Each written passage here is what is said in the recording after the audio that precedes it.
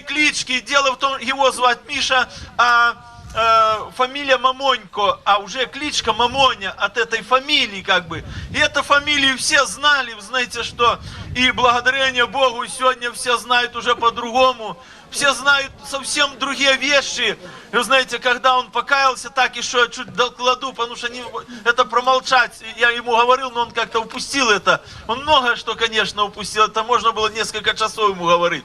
Вы знаете, когда он покаялся и выходит у нас дом молитвенный большой, где-то 1300 членов, вот, и с братской стороны он выходит, с сестринской стороны выходит на пороге, встречается майор милиции Лилия Прусова, которая садила его в тюрьму. Это были два злейших врага. Она была от горисполкома ответственной по наркоманам, алкоголикам, преступникам. И она его садила, вы знаете, как говорят, кумом было ему.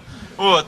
И встречаются на пороге, она его как увидела, у нее одежда еще, душа уже новая была, одежды старые были, такие расписанные, знаете, такие штаны у нее были, вот, прическа такая, все, знаете, вид такой его, она как глянула на него, говорит, мамонь, и она сразу, мысль у нее такая была, что где-то к церковной кассе подбирается уже. И она на него, мамоня, а ты что тут делаешь? А он говорит, я покаялся. Она, да, я тоже. Картина такая. Идет служение, встают, поют за одного песельника.